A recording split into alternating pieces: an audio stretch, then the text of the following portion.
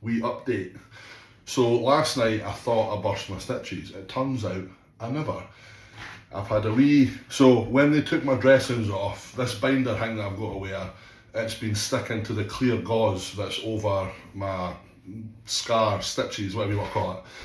So what's happened is when I've took that off, it's been sticking to it, and I think I've burst the stitch, but it's just allowed it to open slightly, and I've had a bit of fluid leakage, if you like. So they call it a seroma, which is like a mixture of blood and plasma and just shit from the surgery.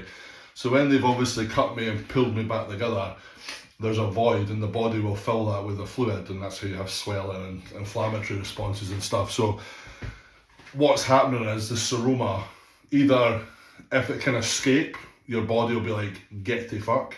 If it can't, your body will then just reabsorb. So what's happening with me just now is I've got a little opening and it's just seeping out.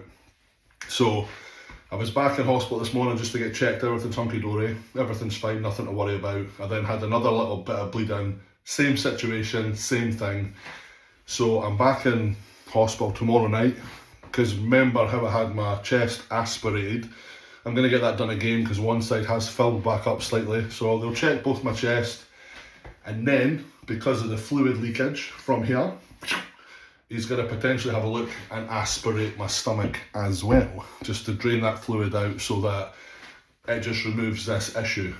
So at the minute, I just need to clean it up and keep changing the dressing just to absorb the ooze, if you like. So we've been back and forward over email and phone, just keeping the hospital updated. So again, they've been fantastic. I was in, speaking to them yesterday, I was in this morning, I'm in again tomorrow. So yeah, that's where we're at there now. But apart from that, again, still no pain. Recovery going well. Like I says, I thought I'd burst my stitches. I haven't. So that's tick. Mikey's not fucked up.